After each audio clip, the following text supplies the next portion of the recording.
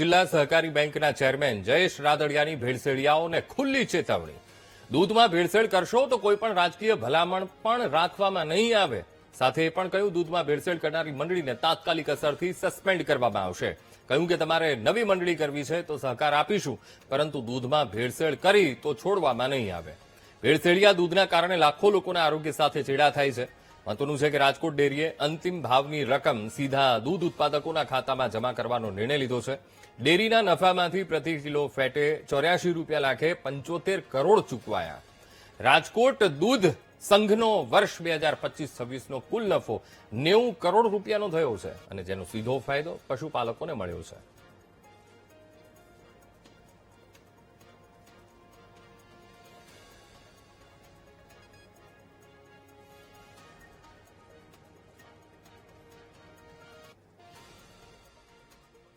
ચાલે છે એમાં ભેળસેળ વાળું દૂધ ન આવે માટેની પણ જોવાની જવાબદારી તમારી છે. તમને વિનંતી કરું, ત્યાંની પેલા પણ અનેક વખત સાધારણ સભામાં કીધું છે કે ભેળસેળ વાળું દૂધ મંડળીનો નહીં ચલાવે.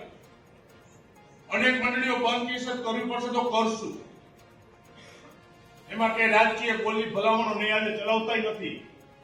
અને નવી ડેરી ચાલુ થતી હોય ત્યાં કઈ છે ભાઈ કે તમારી ડેરી ચલાવવા માટેની ભલામણ કરશું, શરૂ થાય એના માટે.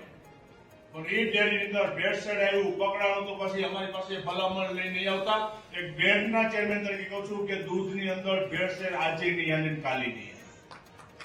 કારણ કે દૂધ લાખો લોકોના ભવિષ્ય સાથે આરોગ્ય સાથે ચેડા કરવાના પાપમાં આપણે નથી પડવું.